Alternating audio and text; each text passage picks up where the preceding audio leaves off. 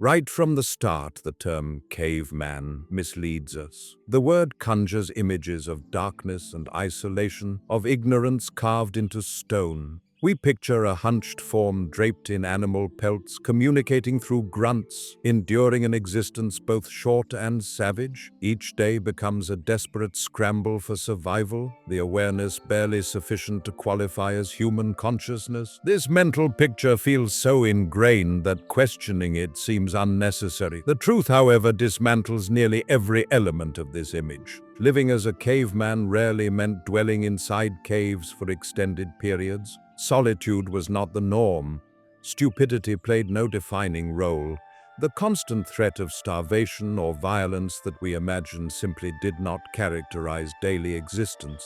The familiar narrative reflects our modern fears more accurately than it captures prehistoric truth. Understanding what caveman life actually involved requires starting with something considerably less sensational: the establishment of daily patterns. Existence did not unfold as perpetual crisis. Instead, life consisted of actions repeated until they became second nature. People woke, traveled, watched their surroundings, collected resources, prepared what they found, and distributed it among their group. Panic offered no pathway to survival. Familiarity did. The surrounding terrain was not inherently threatening. People knew it intimately. Mental cartography, shaped by seasonal cycles, animal movements, water locations, and collective memory, defined each group's territory. Mystery did not characterize this world. Recognition did. Upon waking, a caveman faced no existential puzzle about survival. That problem had been solved long before. Emergency did not define the search for food. Throughout most of human prehistory, dietary variety exceeded what many contemporary populations enjoy. Regional and seasonal availability determined a rotating selection that included plants, roots, fruits, nuts, insects, fish, and various meats. While hunger certainly existed, it was not a permanent condition. Starvation represented the exception rather than the standard experience. The knowledge of which plants could be safely consumed alone demonstrated intelligence accumulated across generations, transmitted quietly and accepted without constant verification. Books did not house this knowledge. People did. Observation provided the primary learning method for children. Adults offered correction in a gentle but continuous manner. Memory preserved mistakes because fatal consequences could follow errors. This process gradually built communities possessing remarkably high practical intelligence. We are not discussing abstract reasoning in its modern definition, but rather environmental mastery. Ground reading came as naturally to a caveman as screen reading does to contemporary individuals. Tracks left behind, branches broken in specific ways, subtle alterations in ambient sound or detectable scents. All these elements combined into a language requiring no written form to function. Language itself existed among these communities. Complex communication did not emerge suddenly in later prehistoric periods. Its existence stemmed from necessity. Coordinating group activities demanded it, teaching skills required it, preserving and sharing stories depended on it. Even expressing grief needed shared verbal form. Silence did not characterize these lives. Conversation filled them, along with humor, instruction, disagreement, and the preservation of memory, all delivered in voices evolved for close-range intimacy rather than distance projection. Here we encounter the first major failure of modern imagination. Cavemen did not occupy humanity's edge.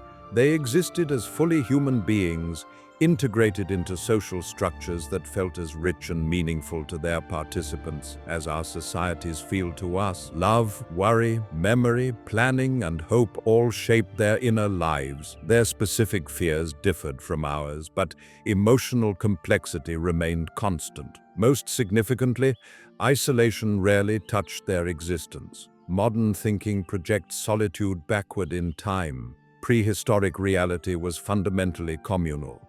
Separation from the collective meant danger, not liberation. Sleeping arrangements kept people close to one another. Collaborative work defined daily activity. Food sharing occurred as default behavior. Individual survival rested entirely on collective memory and reciprocal trust. Early human groups achieved emotional density through constant proximity and interdependence. Being a caveman meant almost never experiencing true solitude. Caves themselves served as temporary rather than permanent residences. They functioned as shelters during specific needs: cold weather, storms, threats, or ceremonial activities. Most existence unfolded outdoors beneath open sky, positioned near water and food sources. The concept of humans permanently sequestered in caves reveals more about modern historical imagination than about actual past conditions. The world was not contracting around early humans. Expansion defined their experience. Each generation received not only genetic inheritance but also proven methods for living, a tested rhythm, a pattern balancing risk against rest, effort against recovery. Statistics about life expectancy often create misleading impressions. Childhood mortality was significant, but individuals surviving those early years frequently reached what we would recognize as middle or advanced age. Elderly members existed within groups. Memory held value. Experience mattered deeply. These were not disposable, abbreviated lives. Existence unfolded in close proximity to consequences, where actions generated immediate responses and meaning remained concrete rather than abstracted into systems too vast for individual comprehension. A caveman understood food origins, tool creation processes, childcare responsibilities, and the keepers of collective memory. Institutions concealed nothing. Such clarity imposed limits, but also granted a particular form of freedom. Chaos did not characterize this freedom. Instead, freedom emerged from precise knowledge of boundaries. Limits were neither ambiguous nor subject to negotiation. The land, the body, and the group made them visible. A caveman knew walking distance before exhaustion set in, understood how much food a territory could yield before requiring recovery time, and recognized how many people a group could accommodate before internal fracturing occurred. These were not theoretical calculations.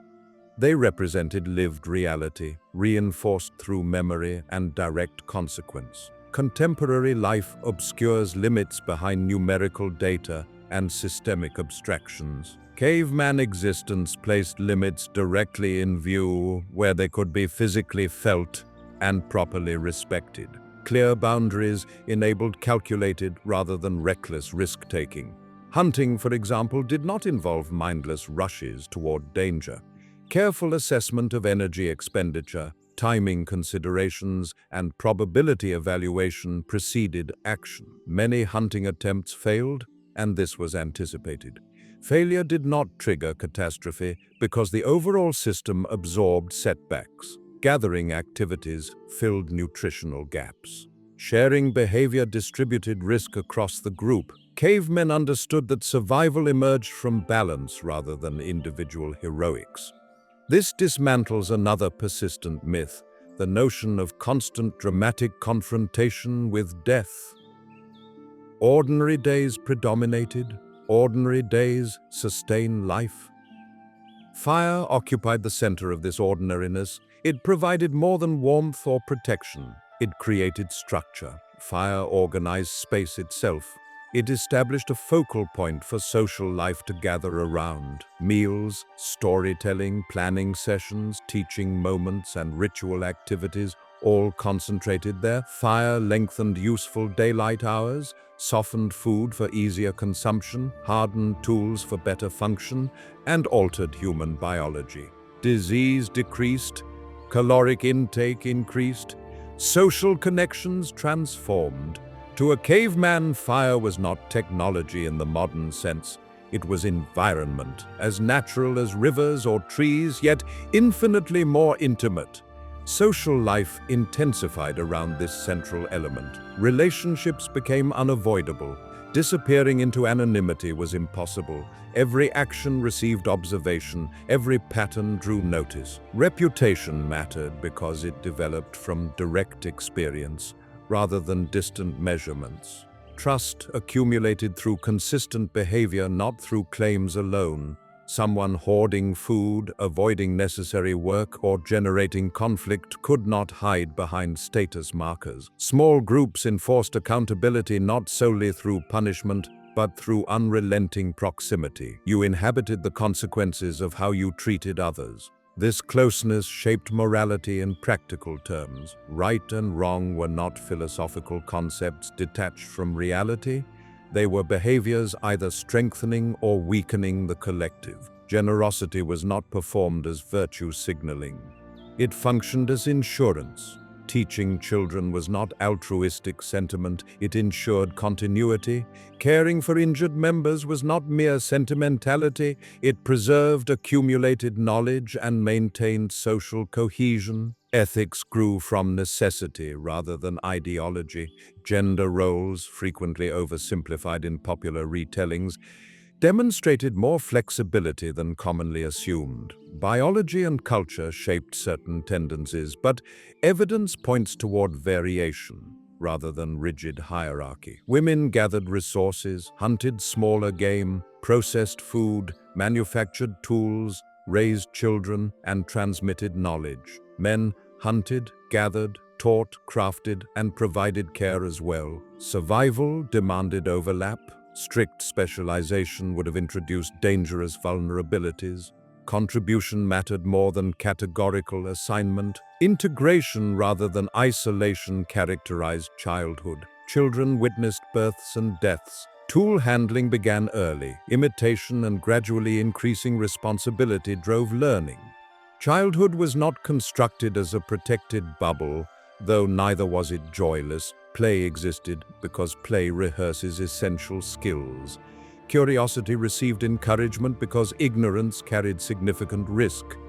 By adolescence, most individuals already functioned as competent contributors. Adulthood did not arrive through sudden transition. Responsibility accumulated gradually. Daily life embedded learning so thoroughly that knowledge remained inseparable from action. A caveman did not accumulate information detached from practical application. Knowledge without utility did not persist. This filtered culture across generations, prioritizing clarity over volume. Fewer ideas circulated overall, but those surviving underwent relentless testing.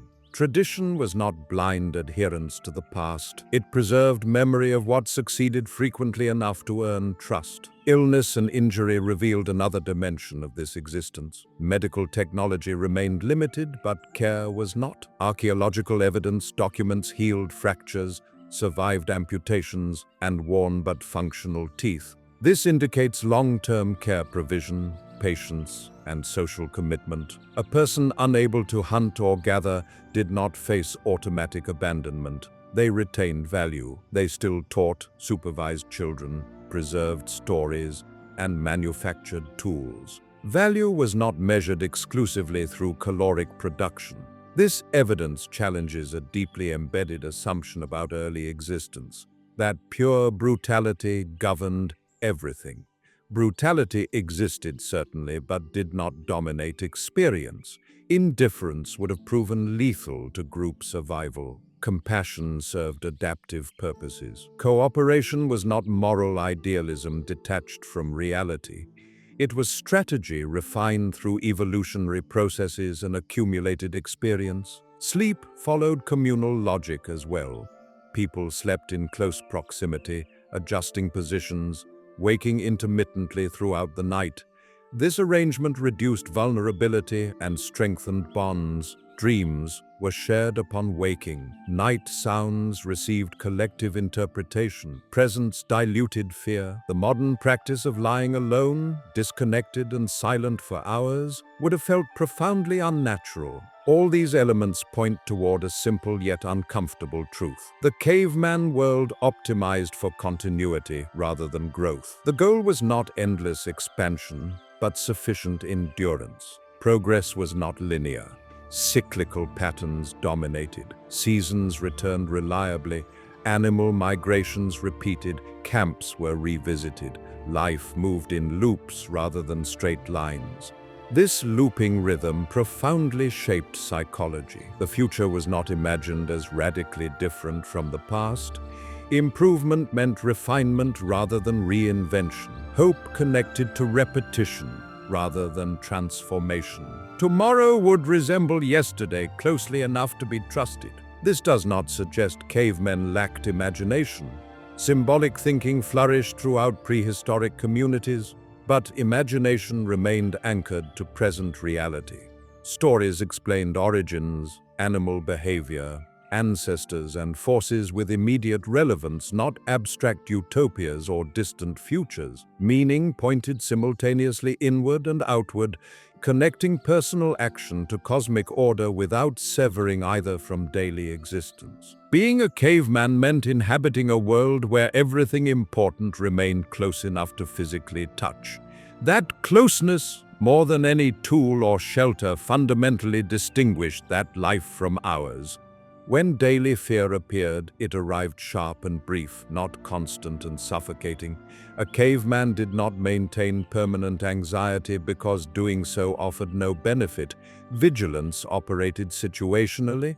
Moving through unfamiliar territory heightened attention. Gathering storms prompted preparations. Nearby predators altered behavior, but once moments passed, fear receded with them. Carrying it longer than necessary provided no advantage. The nervous system received permission to reset. Danger was real, but it was not imagined endlessly in advance. Here, modern misunderstanding becomes most revealing. We frequently assume prehistoric people lived in constant terror because their world contained more dangers. Reality suggests that abstraction, rather than immediacy, produces much of modern fear. Cavemen feared what their senses could detect, what they could see, hear, or smell. They did not fear distant probabilities, invisible systems, or hypothetical futures. Concrete threats could be managed. When danger possesses definite shape, response becomes possible. Vague danger lingers indefinitely. Violence follows this same pattern of exaggeration in contemporary retellings. While prehistoric life was not peaceful in a romantic sense, constant killing did not define it. Small groups could not afford unchecked aggression.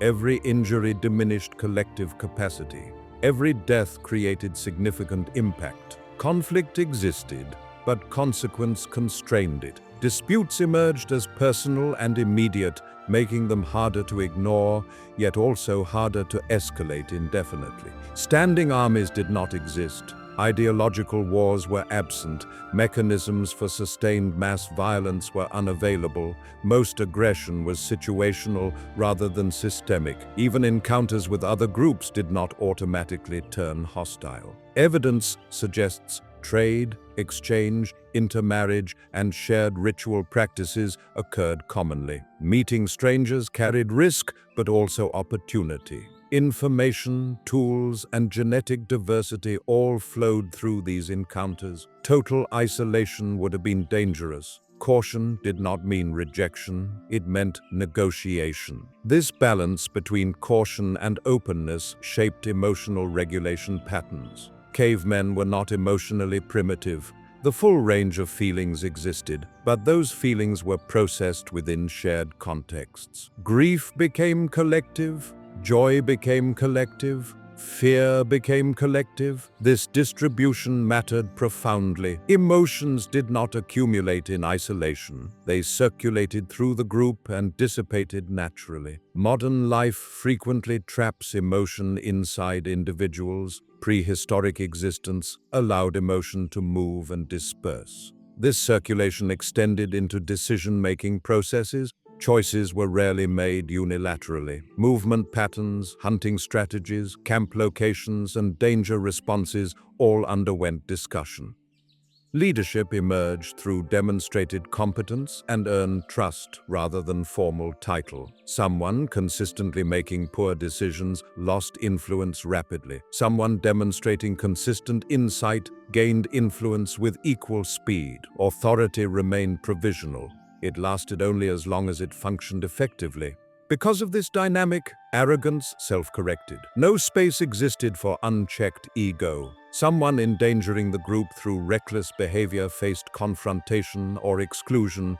Someone hoarding resources drew immediate notice. Social pressure operated directly and unavoidably. Reputation built on action rather than claims. In a world without anonymity, behavior mattered more than identity construction. This reality profoundly affected self-perception. A caveman did not constantly perform an identity.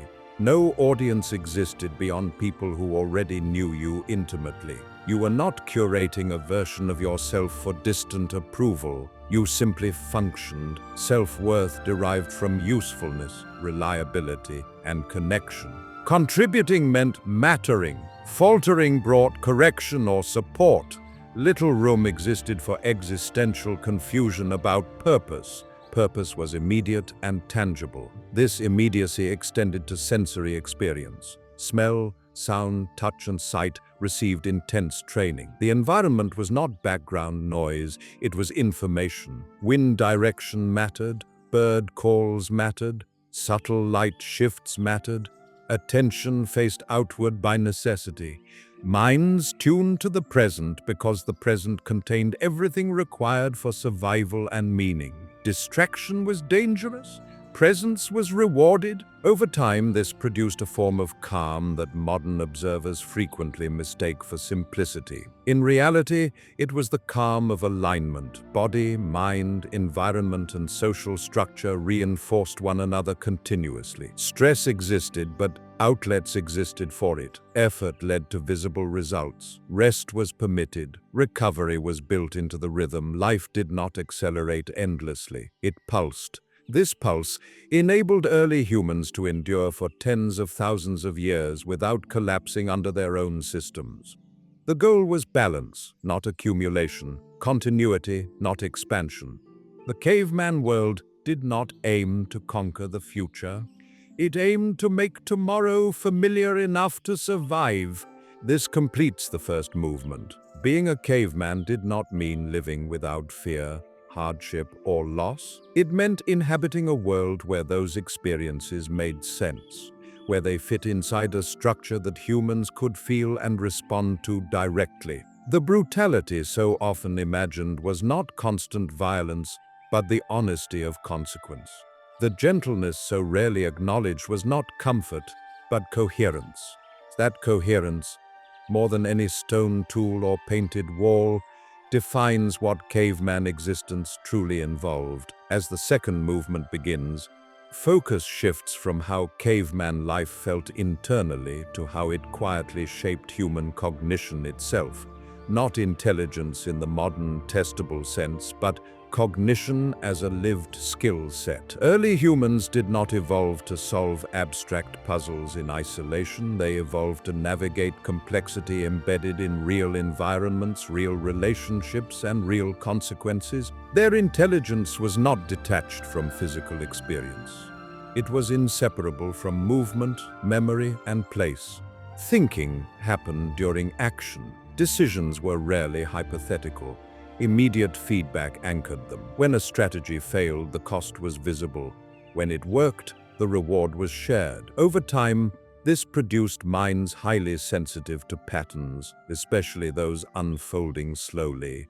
Seasonal changes, animal behavior, plant cycles, social tensions, all these were tracked unconsciously, stored in memory, and compared across years. The caveman brain became exceptionally good at long-term contextual reasoning, even lacking training for rapid abstraction. Modern humans often underestimate this because we value speed over depth. Prehistoric cognition favored accuracy over efficiency. Wrong assumptions could be fatal, cautious ones merely slowed progress. This bias shaped attention, memory, and judgment. People learned to wait, to observe, to confirm. Acting too quickly was more dangerous than acting too late. In this environment, patience was not a virtue, it was a survival trait. Communication reflected this same orientation. Language was not optimized for persuasion or performance. It was optimized for coordination and clarity. Instructions needed to be understood immediately. Warnings needed to be trusted. Stories needed to be memorable enough to carry practical lessons across generations. This made oral tradition remarkably durable. Information that mattered was repeated, reinforced, and embedded into narrative structures that stuck.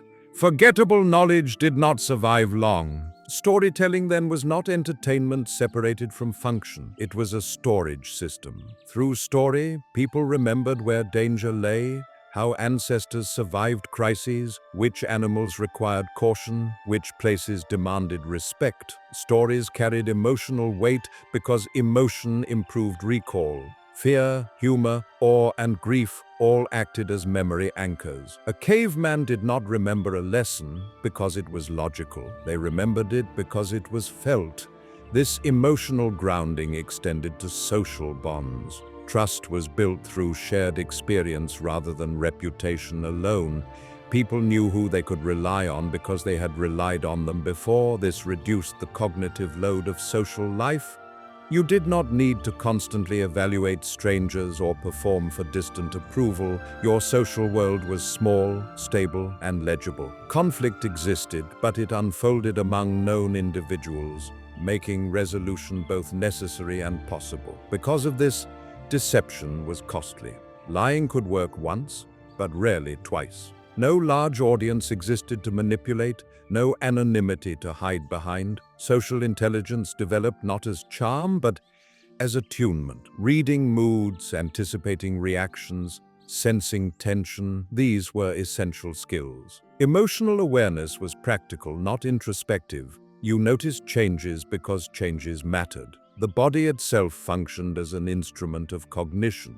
Physical movement supported thinking. Walking, carrying, throwing, crafting, all reinforced spatial awareness and problem solving. Modern neuroscience suggests that much of human thought evolved alongside movement, and caveman life constantly exercised that connection. Thinking while moving was normal. Sitting still to think was rare. Ideas emerged during action, not apart from it. This had consequences for creativity. Innovation did not arise from isolated inspiration. It emerged from tinkering, adaptation, and small improvements layered over time. A tool was refined because someone noticed a subtle inefficiency and adjusted it. That adjustment spread if it worked. Patents did not exist. Ownership of ideas in the modern sense was absent. Knowledge belonged to the group. Success was collective.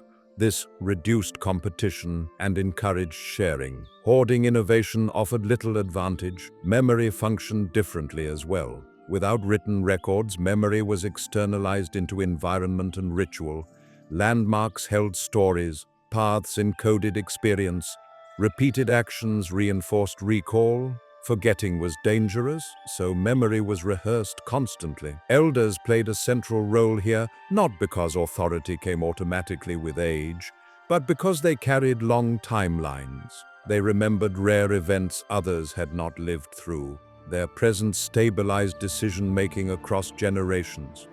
All of this produced minds deeply adapted to coherence. Thoughts, emotions, actions, and environment aligned tightly. Internal fragmentation was minimal because incentive for it was minimal. Modern minds often juggle contradictory roles and abstract pressures. Caveman minds operated inside narrower but more integrated frames. This did not make them less complex, it made them differently complex. The cost of this integration was scale. Small systems work because everything connects. As human groups grew larger and more permanent, this cognitive style faced strain. Some advantages would be gained: efficiency, accumulation, innovation, but some coherence would be lost. The second movement begins to trace that transition, not as a fall from intelligence, but as a trade between kinds of intelligence. Understanding what caveman existence truly involved means understanding a mind shaped by closeness to consequence, to community, to land, and to time, that closeness, structured thought itself. Once humanity began stepping away from it, something fundamental shifted, not suddenly but inevitably. As this cognitive world matured, it produced intelligence that modern categories struggle to label. Cavemen were not generalists because they lacked specialization. They were generalists because specialization without redundancy was dangerous. Everyone knew enough to survive if plans failed. Everyone could recognize edible plants, basic tracks, weather shifts, and social signals. This redundancy was not inefficiency, it was resilience. Knowledge overlapped intentionally, ensuring that losing one person did not collapse the group's ability to function. Here, the myth of the dumb caveman collapses completely. Intelligence was not measured by novelty, but by reliability. A smart person was not the one producing the most ideas, but the one whose ideas worked repeatedly under pressure. Creativity existed, but it was conservative. Innovation endangering stability was discarded quickly. Innovation quietly reducing effort or risk was absorbed and normalized until it no longer felt like innovation at all. This mindset shaped problem-solving approaches. Cavemen did not ask, "What is the fastest solution?" They asked, "What is the safest one that works often enough?" This preference created cultures valuing tested knowledge over speculation. Curiosity was welcomed, but consequence disciplined it. Trying something new meant exposing yourself and others to risk. Because of this, experimentation was incremental, cautious, and collective. No one gambled the group's survival on a single untested idea. Social learning amplified this effect. Knowledge spread horizontally through observation and imitation rather than vertically through authority alone. Children learned by doing alongside adults. Adults learned from each other continuously. No assumption existed that age alone conferred correctness. Experience mattered, but it had to prove itself. Someone noticing a pattern others missed gained attention, regardless of status. Wisdom was situational, not absolute. This environment trained attention in ways modern life rarely does. Focus was sustained because distractions carried costs. Losing attention could mean losing food, tools, or safety. Minds learned to stay with the task until completion. Multitasking in the modern sense would have been dangerous. Instead, tasks were sequenced naturally by context. When hunting, nothing else mattered. When resting, nothing urgent intruded. The mind followed the body's lead. Because attention was externally anchored, internal rumination was limited. Little incentive existed to replay hypothetical futures or distant regrets. The past mattered as memory, not as obsession. The future mattered as preparation, not as anxiety. Thought stayed close to the present because the present contained what mattered. This does not mean cavemen lacked imagination or worry. It means those processes were bounded by relevance. Boundaries also defined social cognition. Groups were small enough that everyone knew everyone else's strengths, weaknesses, moods, and history. No need existed for abstract rules to govern behavior. Norms were enforced through familiarity. Deviations drew immediate notice. This created social transparency that modern societies cannot scale. Privacy, as we understand it, barely existed, but neither did alienation. This transparency shaped empathy. When you see the same people struggle, recover, age, and change over years, empathy becomes reflexive rather than moralized. Ideology is not needed to prompt care. Care becomes unavoidable. This does not imply constant harmony.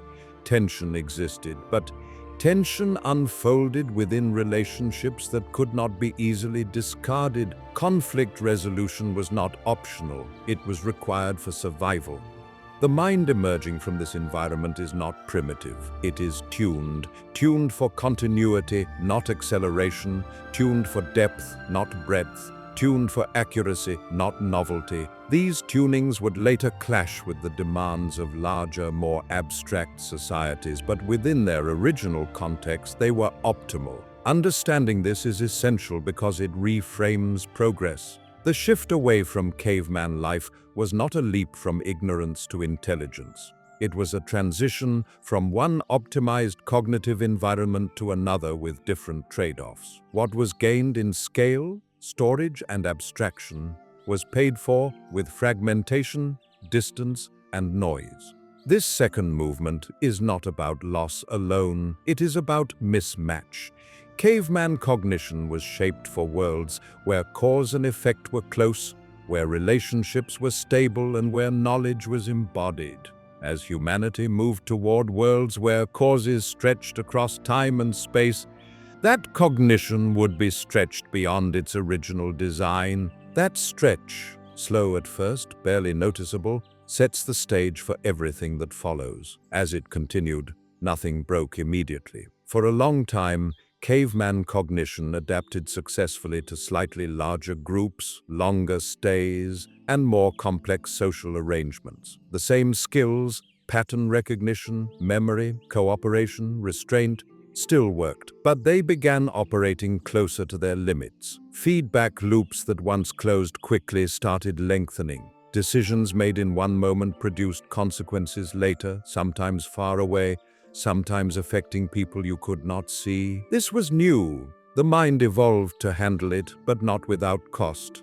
I'll perform a complete structural rewrite of this continuation, maintaining all historical facts while dramatically changing sentence construction.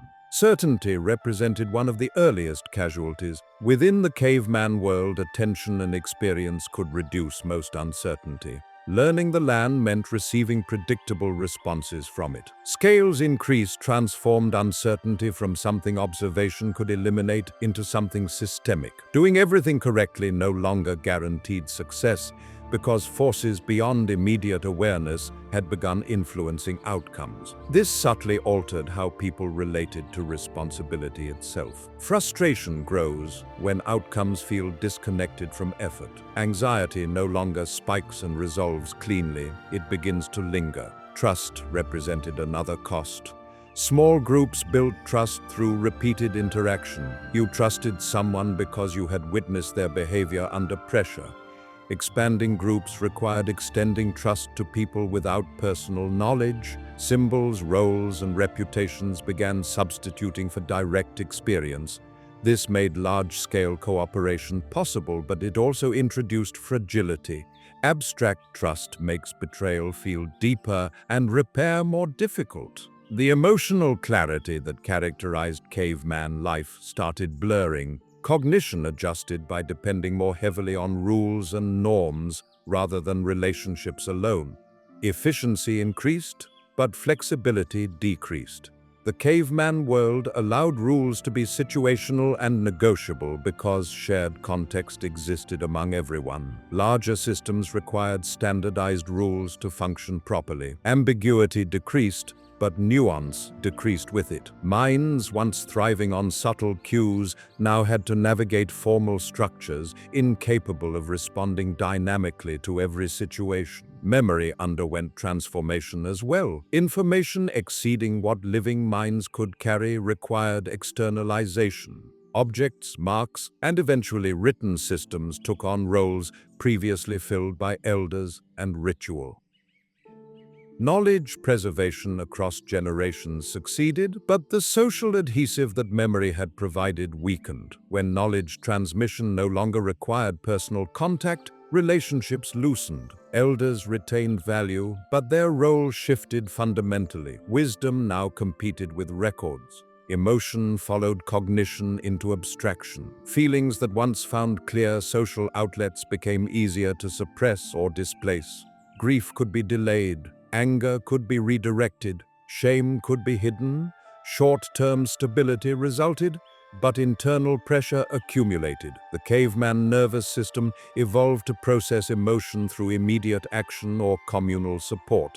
Larger systems offered fewer natural release mechanisms. Emotional complexity increased while emotional resolution became more difficult. None of this happened quickly enough to register as loss. From inside the experience, it felt like progress. Life became more stable. Food became more predictable. Knowledge accumulated.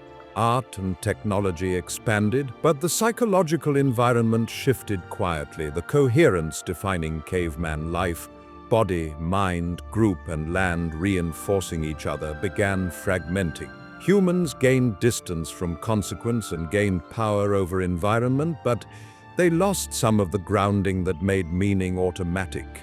This explains why the caveman mind never disappeared. Replacement never occurred. Layering did. Modern humans still carry nervous systems shaped for immediacy, presence, and communal processing, even while operating in worlds built on abstraction, delay, and scale. Much of modern stress emerges from this mismatch, not from weakness, but from misalignment between evolved cognition and constructed environments. Understanding this reframes the entire narrative. Cavemen were not waiting for civilization to save them. They were already adapted to a world that made sense at human scale. Civilization did not correct a deficiency. It introduced a new set of trade-offs. Gains in control and complexity came with losses in coherence and immediacy. Neither state is inherently superior. They are optimized for different conditions. This reveals the deeper truth of caveman existence. It meant living in a world where human psychology fit its surroundings almost perfectly. Fear, effort, reward, and meaning aligned tightly enough to feel stable. That alignment would not survive scale unchanged, but it left its imprint on every human mind that followed. That cognitive legacy did not fade as environments changed. It adapted imperfectly. Modern humans still react most strongly to immediate threats, still crave belonging in small groups, still struggle with abstract dangers that cannot be seen or touched. The caveman mind remains highly sensitive to social rejection, uncertainty, and loss of control because, in its original context, those signals meant real danger. In a small group, exclusion could be fatal. In a familiar landscape, uncertainty could mean starvation. Those reactions were not flaws. They were accurate alarms tuned to a world where consequences were close. Placing that same nervous system inside large, anonymous systems causes the alarms to misfire. Social media rejection triggers ancient exclusion fears. Economic instability triggers survival anxiety, even when food is abundant. Abstract risks, climate change, market collapse, distant conflict, create stress without offering clear action. The caveman mind prepares the body for response, but the modern world often provides none. This mismatch explains why stress today feels constant rather than episodic. The system activates, but it rarely resolves. This explains why so many modern coping strategies unconsciously recreate caveman conditions. People seek small communities, ritualized exercise, time in nature, shared meals, storytelling, and predictable routines. These are not nostalgic fantasies. They are attempts to restore feedback loops that once regulated emotion naturally. When people say they want to disconnect or simplify, they are often trying to return cognition to a scale it recognizes. The myth of the caveman as inferior persists partly because it reassures modern society that progress was linear and necessary. If early humans were brutish and confused, then everything that followed feels justified by contrast. But this myth collapses when examined closely. Cavemen were not confused. They were calibrated. Their minds matched their environments. Modern minds often do not. This does not mean caveman life was psychologically easy. Loss still hurt. Danger still scared. Death still mattered. But those experiences occurred inside systems that processed them efficiently. Grief was shared. Fear led to action. Meaning emerged from participation. In modern life, those same experiences are often internalized, delayed, or abstracted, making them harder to metabolize. Even identity itself was simpler. Not in content, but in structure. A caveman did not have to reconcile dozens of conflicting roles. You were known for what you did and how you treated others. Little gap existed between self-image and external feedback. Modern identity fragments across contexts, work, family, online presence, private thought, often producing tension and confusion. The caveman mind evolved to operate inside a single coherent social field. This coherence extended to values. What mattered was not debated endlessly. It was lived. Survival, cooperation, care for children, respect for knowledge, and caution in the face of risk were reinforced daily. Moral dilemmas existed, but they were grounded in immediate consequence. Modern morality often operates at a distance, where decisions affect unseen others across time and space. This requires abstraction, but it also weakens emotional clarity. As Part 2 continues, the contrast sharpens. The caveman was not less intelligent than modern humans. They were intelligent in ways that modern systems no longer prioritize. Pattern recognition, embodied memory, situational judgment, and emotional attunement mattered more than symbolic manipulation. Those capacities still exist in us, but they are often underused or misdirected.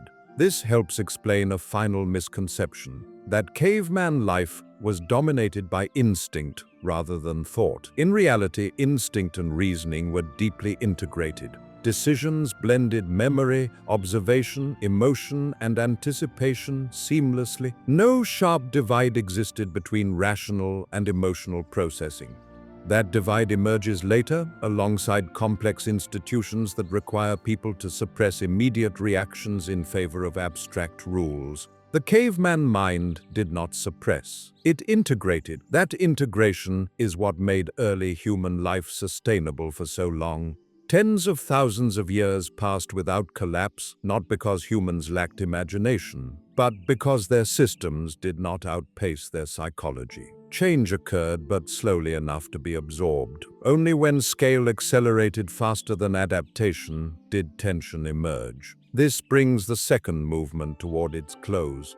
Not with a judgment, but with a recognition. Being a caveman meant living with a mind fully matched to its world. Being modern means living with that same mind inside environments it was never designed to navigate at full speed. Understanding that gap is not about romanticizing the past. It is about recognizing the inheritance we still carry. The caveman is not behind us. The caveman is inside us, responding faithfully to a world that no longer resembles the one it evolved for. That inheritance is not a flaw to be corrected, but a constraint to be understood. The caveman mind continues to do exactly what it evolved to do: search for patterns, protect belonging, respond strongly to perceived threats, and seek meaning through participation rather than abstraction. When placed inside environments that overwhelm it with scale, speed, and invisibility, it struggles not because it is outdated, but because it is honest. It reacts to signals as if they mattered immediately because once they did. This honesty explains why so many modern systems feel emotionally exhausting even when they are materially successful. The caveman mind was never meant to process endless symbolic information detached from action. It was meant to notice, decide, act, and recover. When action becomes impossible or delayed, tension accumulates. When recovery is postponed indefinitely, stress becomes chronic. What looks like weakness is often misdirected strength. Seen this way, many modern pathologies make more sense. Anxiety disorders mirror vigilance without resolution. Depression mirrors loss of agency and social disconnection. Burnout mirrors effort without visible impact. These are not signs that humans are failing to adapt.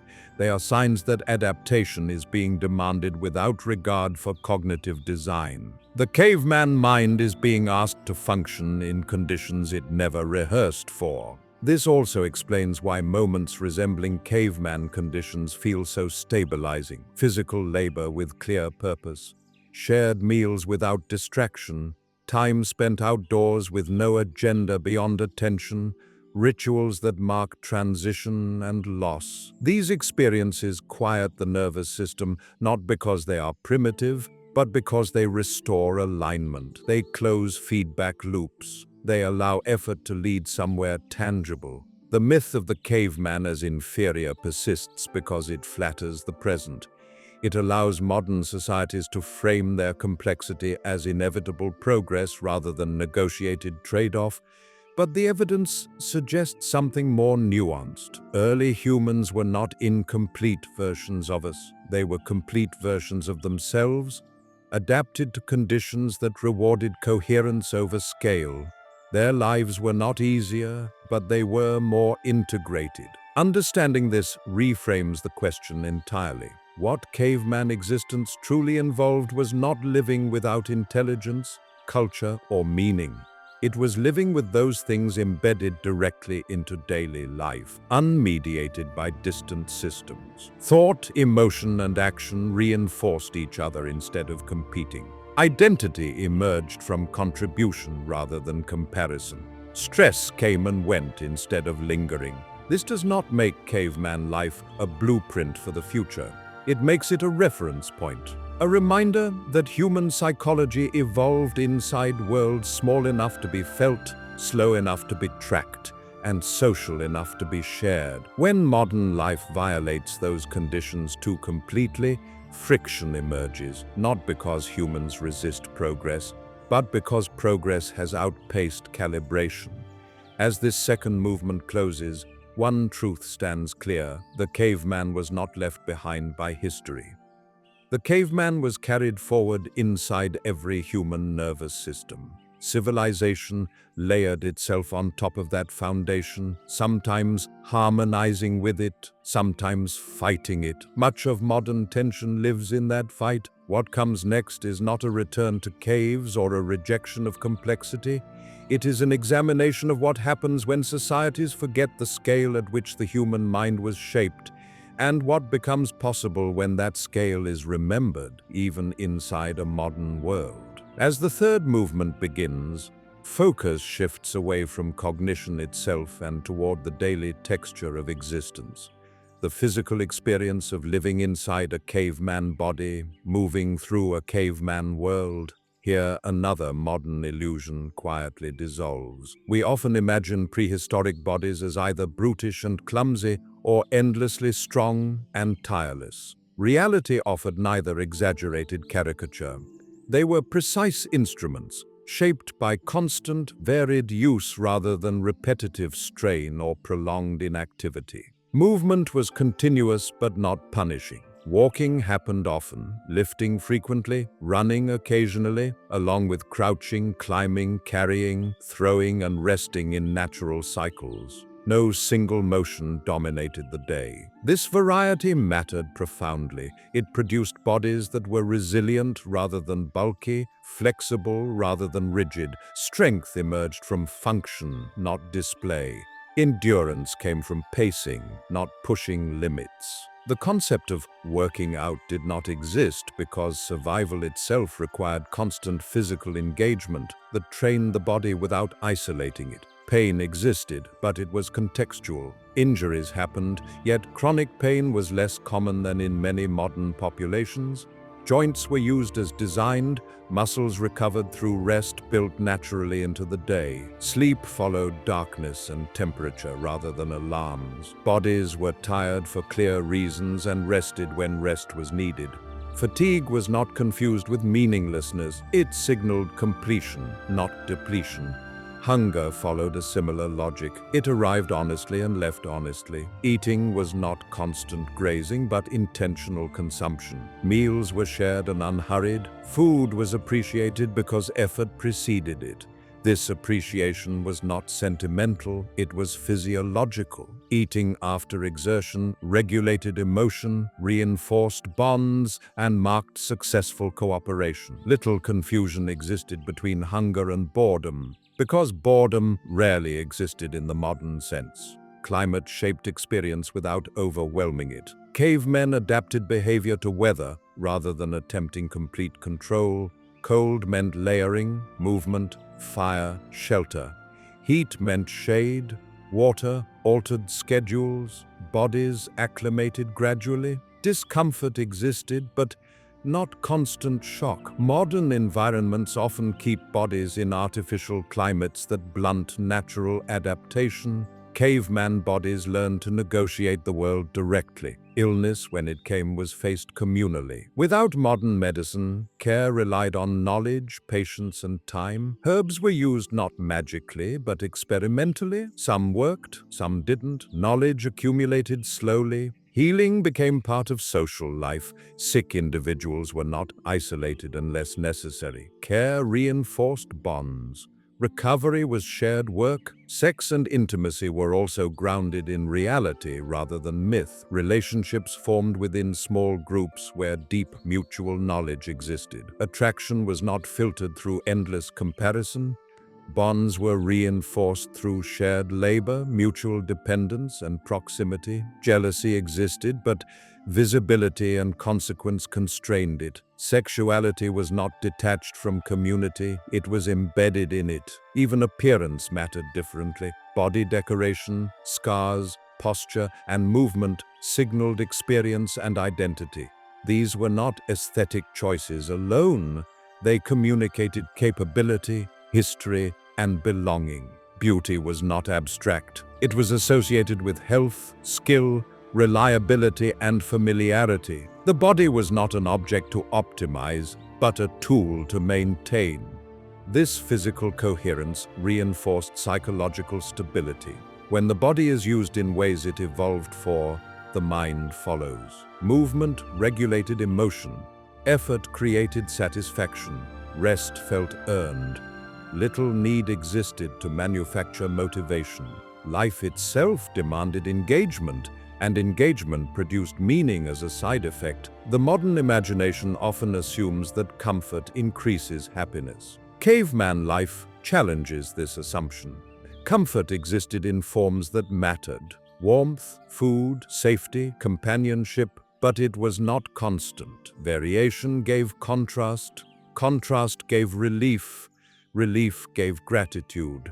This cycle grounded experience emotionally. When comfort is permanent, it becomes invisible. When it is intermittent but reliable, it becomes meaningful. This is not to deny suffering. Loss, injury, death, and scarcity were real. But suffering occurred inside a framework that processed it efficiently. Grief was shared. Fear led to action, pain led to care, recovery led back into participation. Nothing lingered without context for long. As this third movement develops, a clearer picture emerges. Being a caveman meant living in a body fully engaged with its environment, supported by rhythms that balanced exertion and rest, intimacy and autonomy, risk and recovery. The body was not something to escape or control. It was the primary interface with reality. When that interface worked well, much else fell into place. That daily physical engagement shaped emotional tone in ways easy to overlook. Caveman life was not emotionally flat or joyless, but neither was it overstimulated. Emotions rose and fell with events rather than lingering indefinitely. Joy followed success. Relief followed safety. Sadness followed loss. Little incentive or ability existed to suppress these responses for long. Expression was part of regulation. When something mattered, it was felt openly, and when it passed, the body and group moved on together. Family bonds formed the core of this emotional world, but family did not mean a narrow nuclear unit. Children belonged to the group as much as to individual parents. Care was distributed. A child learned from many adults, observed many models, and formed multiple attachments. This reduced pressure on any single relationship and increased resilience. If one caregiver was lost or impaired, others filled the gap. Emotional security came from redundancy, not exclusivity. Childhood itself was immersive rather than sheltered. Children were constantly present during adult activity. They saw work, conflict, affection, injury, and repair. This exposure did not harden them, it oriented them. Fear was contextualized early. Death was not hidden, but neither was it sensationalized. Children learned what mattered by watching what adults paid attention to.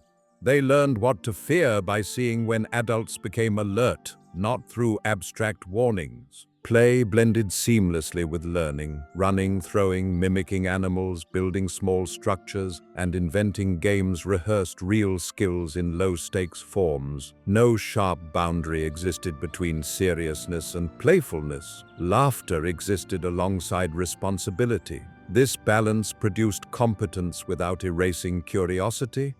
A child did not grow up waiting to begin life. Life was already happening.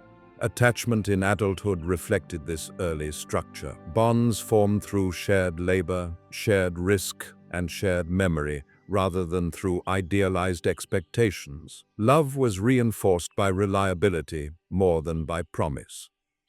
Conflict occurred, but it unfolded within relationships that could not easily be abandoned. This made repair essential. Avoidance was costly. Silence was noticeable. Emotional honesty was not a virtue. It was a necessity. This necessity extended to grief. When someone died, the loss was immediate and personal. No distant abstractions existed to soften it. But grief was not isolated. Rituals formed organically. Stories were retold. The deceased remained present through memory and reference. Mourning did not have a timetable imposed from outside. It ended when participation resumed naturally. This did not erase pain, but it prevented it from becoming dislocated. What emerges from this is a sense of emotional durability. Caveman life did not promise happiness, but it provided containment. Feelings had somewhere to go, they were held by shared context. Modern life often amplifies emotion without providing containment, leaving individuals to manage intensity alone. Prehistoric life distributed that load. Even boredom, a defining modern complaint, had little space to grow. When immediate needs were met, attention turned outward. Observation itself was engaging because the environment was information-rich. Endless passive distractions did not exist. Stimulation came from interaction, movement, and change. Stillness existed, but it was rarely empty. Watching a fire, listening to night sounds, or tracking clouds was not filler activity. It was part of staying attuned. This attunement reinforced patience. Waiting did not feel wasted if it served awareness. Modern impatience often arises from enforced waiting detached from purpose. Cavemen waited because waiting was an action. It prepared the next move. It sharpened perception. Time was not something to be killed, it was something to inhabit. All of this contributed to a baseline sense that life, while demanding, was tolerable. Not easy, not fair, but understandable. Little confusion existed about why effort was required or what it achieved. When suffering occurred, it had context. When relief came, it was felt deeply. This produced psychological steadiness that does not depend on constant comfort or distraction. As this third movement continues, the image becomes clearer. The caveman was not emotionally numb or perpetually strained. They lived within a range of feelings shaped by proximity, participation, and shared consequence. Their emotional world was smaller in scale, but denser in meaning. Being a caveman meant feeling life directly, without filters thick enough to blur cause and effect. The body felt, the group responded, and the world answered back. That immediacy, physical, emotional, and social, gave prehistoric life its particular texture. Demanding, fragile, but rarely incoherent. That coherence carried into how people understood responsibility and fate. In the caveman world, responsibility was tangible. You knew who had acted, who had failed, who had helped, and who had been helped. No distant systems existed to absorb blame or credit. This did not make life morally simple, but it made it legible. When something went wrong, the causes were usually close enough to examine. When something went right, the contributors were visible. This visibility reinforced accountability without requiring formal enforcement. Fate, by contrast, was accepted without obsession. Storms came. Animals disappeared. Illness struck. Not everything could be controlled, and cavemen understood this deeply. But acceptance did not mean passivity. It meant distinguishing between what could be influenced and what could not. Energy was not wasted fighting inevitability. It was directed toward preparation, adaptation, and recovery. This distinction protected the mind from spiraling into helplessness. Loss hurt, but it did not invalidate the logic of the world. Ritual emerged at the intersection of responsibility and acceptance. Rituals did not exist to deny uncertainty, but to contain it. They marked transitions, birth, death, seasonal change, successful hunts, dangerous journeys. These acts did not promise control over nature, they promised coherence in the face of it. By repeating gestures, words, or movements, groups reaffirmed shared understanding. Rituals synchronized emotion and memory, allowing individuals to feel aligned even when outcomes were unpredictable. This alignment mattered most during moments of extreme stress. Injury, famine, or sudden loss could fracture a group if left unmanaged. Ritualized response prevented that fracture. It gave grief a shape, it gave fear a boundary, it gave hope a rhythm. None of this required belief in abstract doctrines, it required participation. Meaning was something you did, not something you argued about. The environment itself participated in this meaning-making. Certain places carried memory. A bend in a river where a hunt succeeded, a cave wall where animals were painted, a clearing where someone was buried. These locations became anchors. Returning to them reinforced continuity across time. Memory was not stored separately from landscape, it was embedded within it. To move through territory was to move through history. This territorial memory strengthened identity without isolating groups completely. Boundaries were known but porous. People recognized where they belonged, but they also knew where others lived. Exchange routes, shared rituals, and seasonal gatherings connected groups across wider regions. These interactions prevented stagnation. New tools, stories, and genetic diversity flowed through them. The caveman world was not frozen. It was stable but dynamic. As these dynamics played out over generations, a subtle truth became clear. Caveman life was not defined by scarcity alone, but by calibration. Needs, desires, and expectations were aligned closely with what the environment could provide. Little incentive existed to imagine infinite accumulation. More did not automatically mean better. Enough was a meaningful category. When enough was reached, attention shifted toward maintenance, teaching, and rest. This concept of enough is one of the most foreign elements of caveman life to modern sensibilities. Modern systems are built on growth without clear endpoints. Caveman systems were built on balance with visible thresholds. Crossing those thresholds carried immediate consequences: overhunting depleted animals, overstaying depleted land. These consequences were felt quickly enough to correct behavior. The system taught restraint without ideology. Restraint did not mean lack of ambition. It meant ambition expressed differently. Ambition was not to expand endlessly, but to become competent, respected, and reliable within the group. Mastery mattered. Being someone others trusted in difficult moments mattered. Legacy was not measured in possessions, but in memory. You lived on through the skills you taught, the stories you shaped, and the care you provided. This redefinition of success shaped emotional resilience.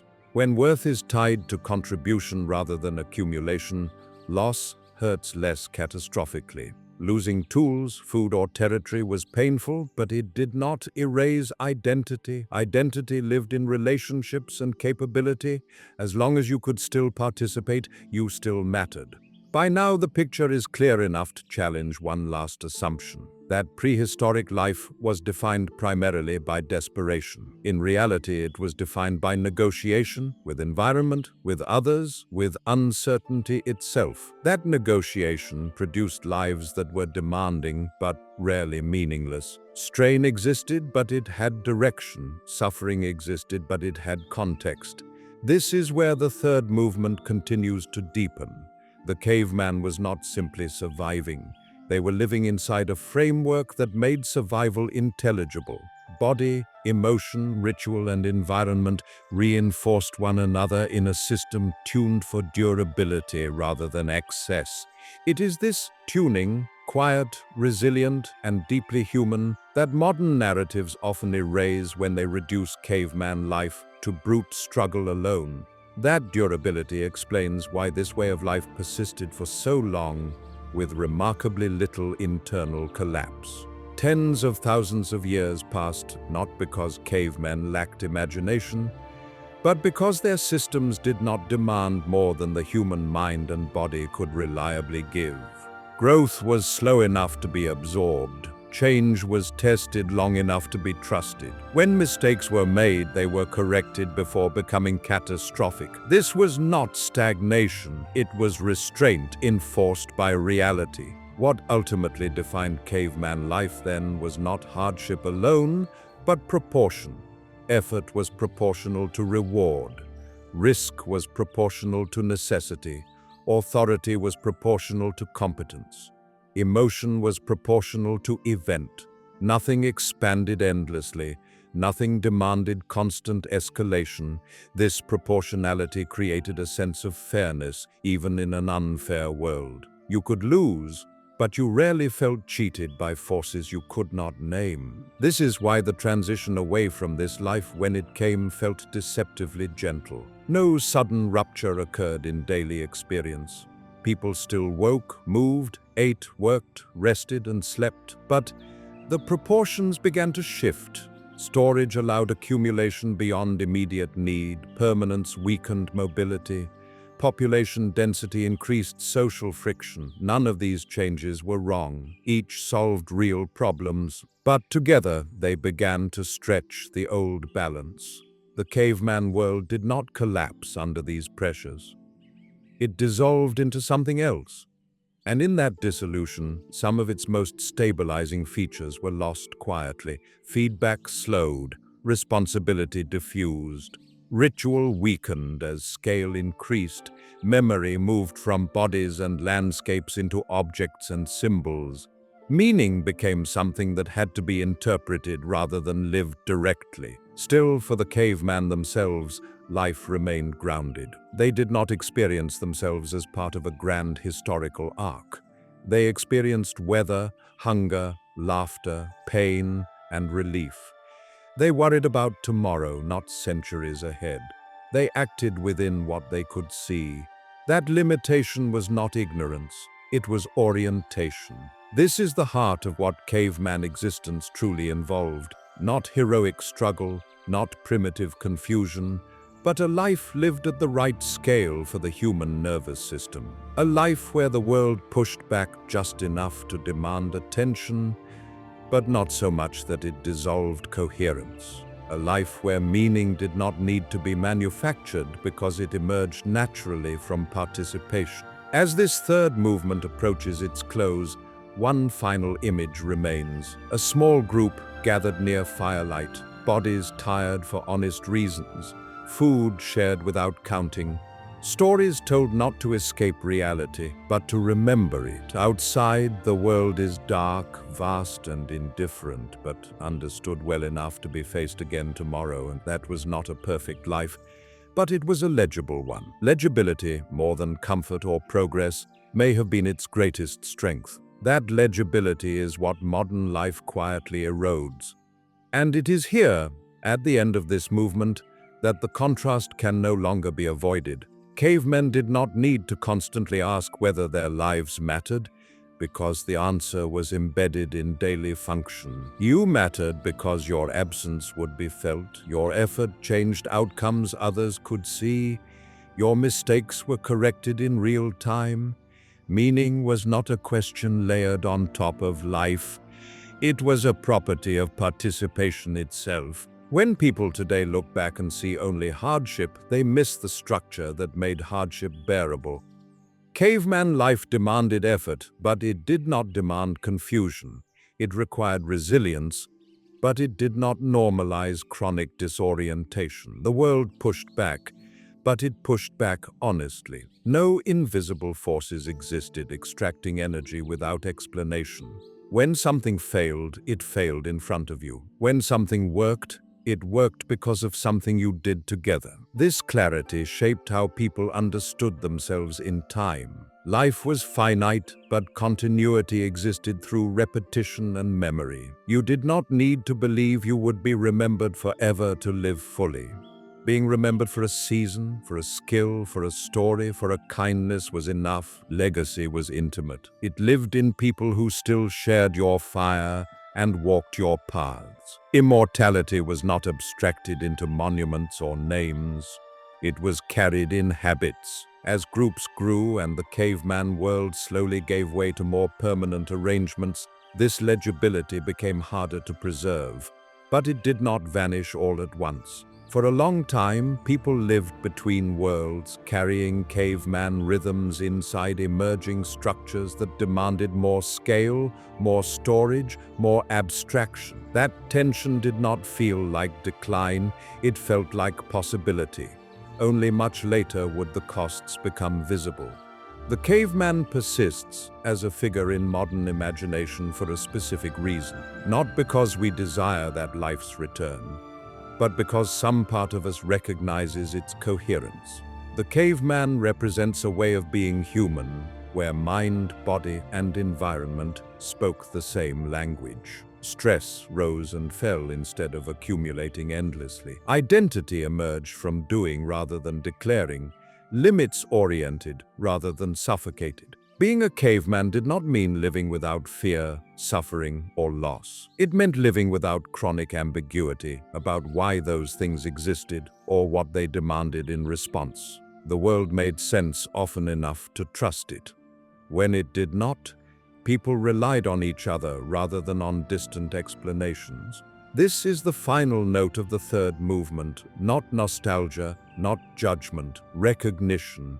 Recognition that early human life was not a crude prelude to something better, but a complete system tuned to human scale. A system that traded growth for grounding, accumulation for coherence, abstraction for immediacy. Understanding that does not diminish modern life, it clarifies it, because once you see how human beings lived when the world matched their nervous systems, you begin to notice where the modern world does not, and what that mismatch quietly asks of us every day. As the fourth movement begins, the story shifts fully into that mismatch. What happens when a mind shaped for legible worlds is asked to operate inside systems too large to feel?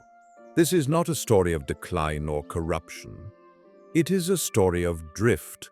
The caveman world did not disappear because it failed. It receded because new arrangements offered advantages that felt irresistible. Storage reduced immediate risk. Settling reduced constant movement. Larger groups increased protection and opportunity. Each step solved a real problem, but each step also pulled human experience farther away from direct consequence. Immediacy was the first thing to weaken. When food could be stored, hunger no longer tracked effort day by day. When shelters became permanent, movement no longer regulated population pressure automatically. When roles specialized, contribution became less visible. A person could work all day and still not see the outcome of their labor. Efficiency increased, but psychology altered. Effort and reward began to separate. Meaning started requiring explanation rather than simply being felt. Anonymity crept in as groups grew. Not complete anonymity at first, but enough to soften accountability. You could disappoint someone without seeing their reaction immediately. You could benefit from decisions whose costs fell elsewhere. This did not make people worse. It made cause and effect harder to trace.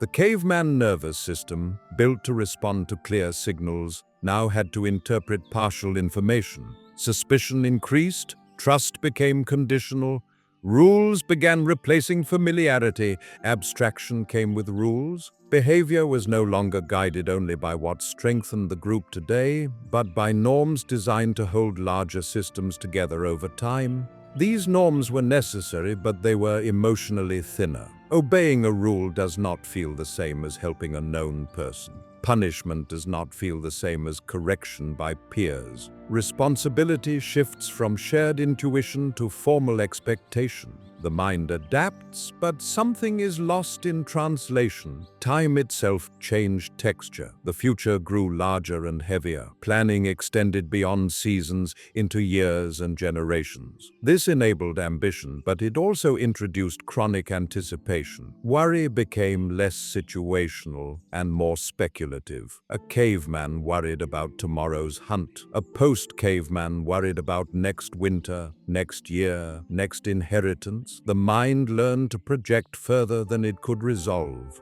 Anxiety found new ground. Emotion followed structure. Feelings that once moved through the group now lingered within individuals. Grief could be postponed because work demanded continuity. Anger could be suppressed because hierarchy discouraged open conflict. Fear could be ignored until it resurfaced as unease. None of this happened because people became colder. It happened because scale demanded containment. The cost of that containment was internal pressure, yet for a long time the benefits outweighed the strain. Larger systems fed more people. Knowledge accumulated faster. Innovation accelerated. Art and ritual expanded. Humanity stepped into new capacities. From the inside, this felt like advancement, not loss. The caveman world faded gradually, leaving behind habits embedded deep in the nervous system, habits now operating in unfamiliar terrain. This is why modern life feels contradictory. We live in unprecedented safety, yet feel persistent unease. We possess extraordinary knowledge, yet struggle with meaning. We are surrounded by people, yet feel isolated. These are not failures of character, they are signals of misalignment. The caveman mind is still doing its job, searching for legibility, reciprocity, and shared consequence, but the environment no longer provides them reliably. Understanding this does not mean rejecting modernity. It means seeing it clearly. The transition from caveman life to complex society was not a clean upgrade. It was a trade: stability for immediacy, scale for coherence, control for presence. Each generation accepted the trade because the benefits were real. The costs accumulated slowly enough to be normalized. As this movement continues, the question sharpens. Not were cavemen better off, but what does a mind shaped by that world need in order to function inside this one? The answer is not a return to the past. It is an awareness of inheritance, a recognition that human psychology still expects feedback, belonging, rhythm, and visibility, and suffers when those are absent. The caveman did not vanish. The caveman was carried forward, adapting as best it could, sometimes thriving, sometimes straining, always responding honestly to the signals it receives. In that honesty lies the key to understanding both our deepest discomforts and our most enduring needs. As this drift continued, societies learned to compensate for the loss of immediacy with structure. Calendars replaced seasons as primary organizers of time. Laws replaced shared intuition as guides for behavior. Institutions replaced relationships as guarantors of stability.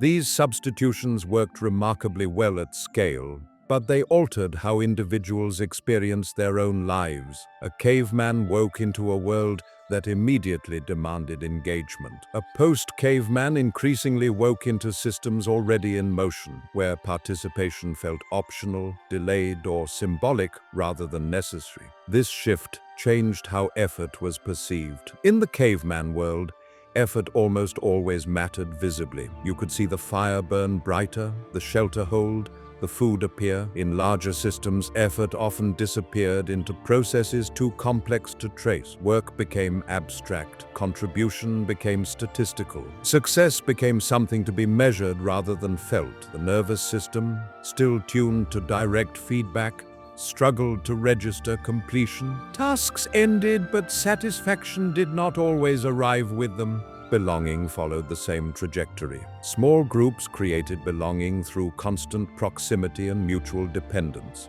Larger societies created belonging through identity markers, roles, titles, affiliations, beliefs. These were effective substitutes, but they were thinner. They could be adopted without deep connection and lost without immediate consequence. Loneliness became possible even in crowds. Alienation became possible even in cooperation. These experiences were unknown in the caveman world, not because people were more virtuous, but because the structure of life made disconnection difficult. Rituals evolved to address this gap.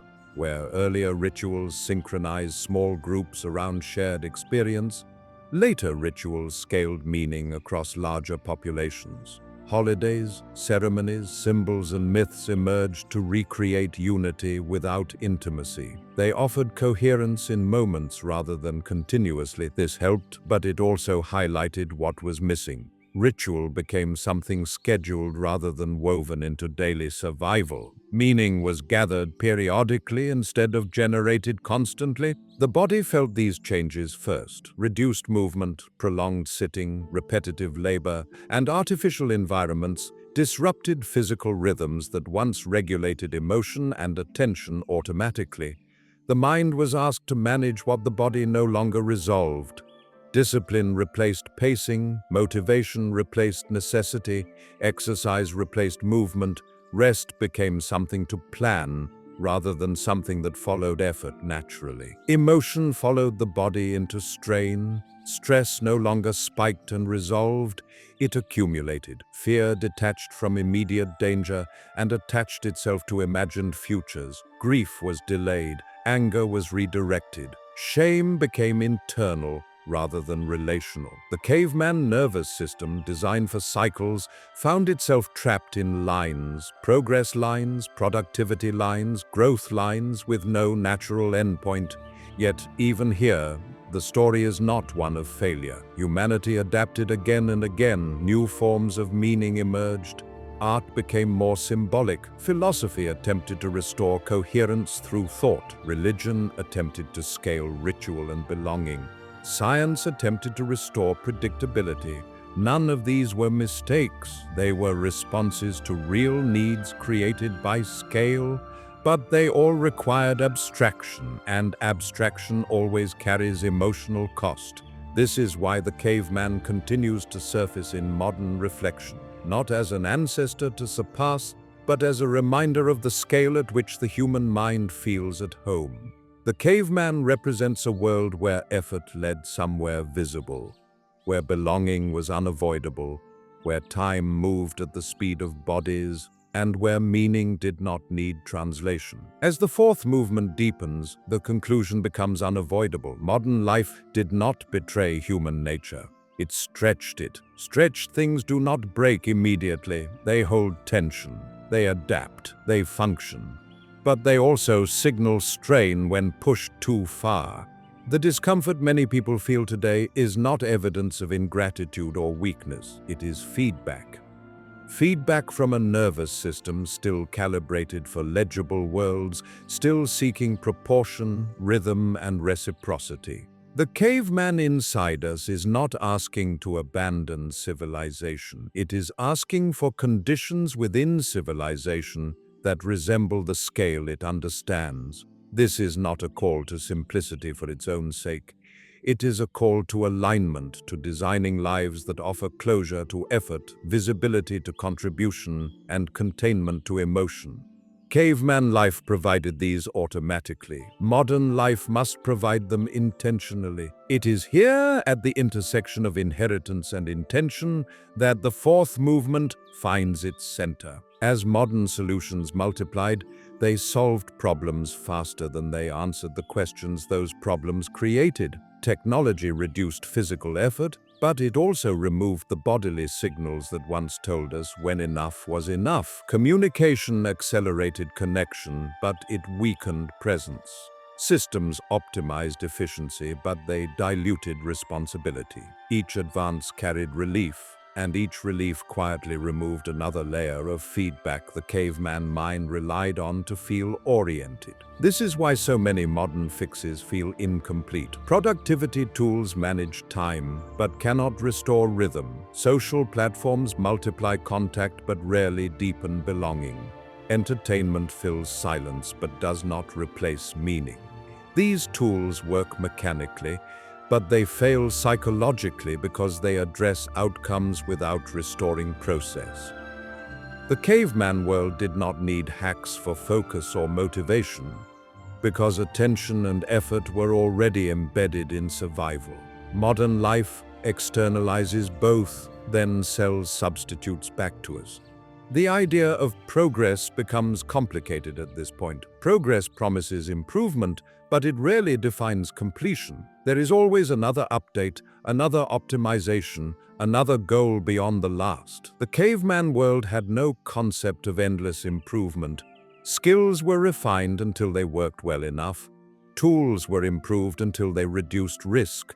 Beyond that, improvement slowed. This natural plateau protected the nervous system from perpetual striving. Modern systems rarely allow plateaus. They reward acceleration, even when acceleration offers diminishing returns. This creates a quiet psychological tax. When improvement has no endpoint, effort loses its signal. People work harder without feeling closer to anything.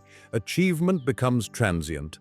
Satisfaction evaporates quickly. The caveman mind interprets this as failure, even when it is success by modern standards. The mismatch deepens, not because people want less, but because their internal calibration has not changed. Even rest has been redefined. In the caveman world, rest followed effort automatically. It was a biological and social response. In modern life, rest must be justified, scheduled, or earned. Guilt often accompanies it. The nervous system never fully stands down because the environment never fully signals safety or completion. The caveman mind, always listening for those signals, remains partially alert. This constant low-level vigilance explains why modern exhaustion feels different from physical tiredness. It is not depletion of energy, but depletion of closure. Tasks end, but nothing feels finished. Days pass, but effort does not resolve into rest. The caveman nervous system waits for a signal that never arrives. As this realization settles, it becomes clear that the caveman story is not about nostalgia or critique. It is diagnostic. It reveals what the human system expects in order to function smoothly. Clear cause and effect, visible contribution, shared context, rhythms that include recovery, boundaries that define enough. Modern societies can provide these, but only deliberately. They no longer arise automatically. Communities must be designed, not assumed. Rituals must be created intentionally. Movement must be reintroduced consciously. Closure must be built into work and life. None of this requires abandoning complexity. It requires remembering scale. This is where the fourth movement begins to turn toward resolution. Not a solution, but a recognition. The caveman life worked because it fit the human-animal closely. Modern life works because it expands human capability. The tension between the two is not a flaw to eliminate, but a balance to manage. When modern systems ignore this tension, people suffer quietly and blame themselves. When the tension is acknowledged, new possibilities emerge. Ways of living inside complexity without losing coherence. Ways of honoring inheritance without rejecting progress. This understanding does not point backward. It points inward, toward the signals the body still sends, toward the needs that have not changed, toward the quiet knowledge that no amount of abstraction can erase the fact that human beings still require rhythm, reciprocity, and resolution. With that realization, the fourth movement approaches its close, not with an answer, but with clarity about the question we have been asking all along. That question, how to live inside systems larger than our nervous systems were designed for, has no single solution, but it does have clear boundaries. The caveman world teaches us that human beings do not fail when life is hard. They fail when life is unintelligible. Difficulty is manageable. Ambiguity without resolution is corrosive. What modern life often removes is not comfort, but clarity. Without clarity, effort begins to feel arbitrary. In the caveman world, there was no need to constantly explain why things mattered. The explanation was visible in outcome. You gathered, and people ate. You protected, and people slept. You taught, and children survived. The meaning loop closed naturally. Modern systems stretch that loop until it disappears from view. People act without seeing consequence. They contribute without witnessing impact.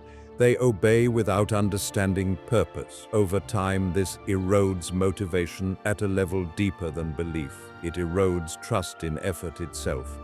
This is why many modern attempts to fix meaning feel artificial. Mission statements, motivational slogans, productivity philosophies, they try to replace lived coherence with narrative coherence. But stories cannot fully substitute for structure. The caveman did not need to be told their life mattered. Their body, group, and environment confirmed it daily. When confirmation disappears, reassurance is never enough. The cost of ignoring this is not collapse, but quiet disengagement. People comply without commitment. They participate without presence.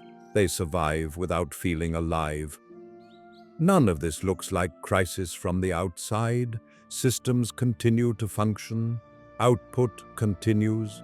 But something essential thins out. Attention fragments. Care becomes optional. Burnout replaces exhaustion. The caveman mind does not revolt. It withdraws. Yet even here, the inheritance offers guidance. The caveman world shows that meaning emerges when three conditions align. Effort leads to visible effect, relationships are real rather than symbolic, and time contains natural pauses. These conditions can exist inside modern life, but they must be designed intentionally. They no longer arise by default. When people form small, durable communities within larger systems, stress softens. When work produces something that can be seen, touched, or shared, motivation returns. When days contain clear endings rather than endless continuation, rest becomes restorative again. These are not lifestyle trends. They are recalibrations toward human scale. This is the quiet lesson of the caveman, not that we should live as they did, but that we should understand why their lives worked as well as they did for as long as they did. Their world did not demand that humans override their own design. It worked with it. Modern life often demands the opposite and then punishes people for struggling under that demand. As the fourth movement closes, one truth stands out with clarity. The discomfort many people feel today is not a personal failure or a cultural mystery. It is feedback. Feedback from a system evolved for legible worlds operating inside environments that rarely provide legibility. The caveman inside us is not confused. It is responding accurately. Recognizing this does not solve everything, but it changes the frame. It shifts the question from what is wrong with me to what conditions am I living in. That shift alone restores a measure of agency. It opens the possibility of designing lives that respect inheritance while embracing complexity. This is where the fourth movement settles, not in despair and not in nostalgia, but in understanding. Understanding that progress without proportion creates strain, and that coherence is not a luxury, it is a requirement. As the final movement unfolds, the story no longer needs to contrast past and present so sharply. By now the connection is clear. The caveman world was not a primitive stage waiting to be escaped, and modern life is not a mistake waiting to be corrected. They are two different answers to the same question. How humans organize life in the face of uncertainty. One answer prioritized fit, the other prioritized reach. Both solved real problems. Both introduced new ones. What caveman existence truly involved then is not best understood as a catalogue of hardships or freedoms, but as a particular alignment between human nature and daily reality. Bodies moved in ways they were built to move. Minds processed information at a scale they could resolve. Emotions flowed through shared contexts rather than pooling inside individuals. Time unfolded in cycles with natural pauses. Meaning emerged without needing interpretation. None of this made life painless. It made life intelligible. Modern life excels at solving pain through distance. Distance from hunger, distance from predators, distance from weather, distance from death. But distance has a psychological price. The farther effort is from outcome, the harder it is to feel grounded. The farther people are from one another's dependence, the easier it is to feel replaceable.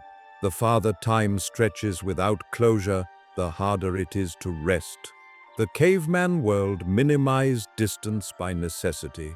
The modern world maximizes it by design. This does not mean the answer lies in undoing complexity. The answer lies in understanding which elements of caveman life were essential to human stability and which were circumstantial. Firelight mattered not because it was fire, but because it gathered people. Shared labor mattered not because it was primitive, but because it made contribution visible. Ritual mattered not because it was mystical, but because it synchronized emotion and memory. Movement mattered not because it was exercise, but because it regulated the nervous system naturally. When these functions are restored, through community, through meaningful work, through rhythm, through shared experience, modern life becomes more livable without becoming smaller. When they are ignored, no amount of comfort or efficiency can fully compensate. The caveman inside us does not demand caves or spears. It demands coherence. This is why the caveman remains so misunderstood. We reduce them to stereotypes because acknowledging their success complicates our idea of progress. If early human life worked psychologically, then modern distress cannot be explained simply as weakness or ingratitude. It must be understood as feedback. Feedback from a system still running ancient software inside a radically upgraded environment. Being a caveman meant living without constant explanation. The world explained itself through consequence. Being modern means living surrounded by explanations that rarely resolve into felt understanding. The gap between those two experiences is where much contemporary tension lives, not in material lack, but in experiential fragmentation. Seen this way, the caveman is not an ancestor to be surpassed or a fantasy to be reclaimed. They are a reference point, a reminder of the scale at which human beings make sense of their lives, a reminder that meaning is not added on top of existence, but generated through structure, a reminder that when structure drifts too far from human design, no amount of narrative can fully repair the strain. What caveman existence truly involved was living in a world that met humans halfway, a world that demanded effort but returned clarity, a world that required cooperation but rewarded it immediately, a world where life was fragile but rarely arbitrary. That world no longer exists in the same form, but the needs it satisfied still exist in us. The story ends here, not with instruction, but with recognition.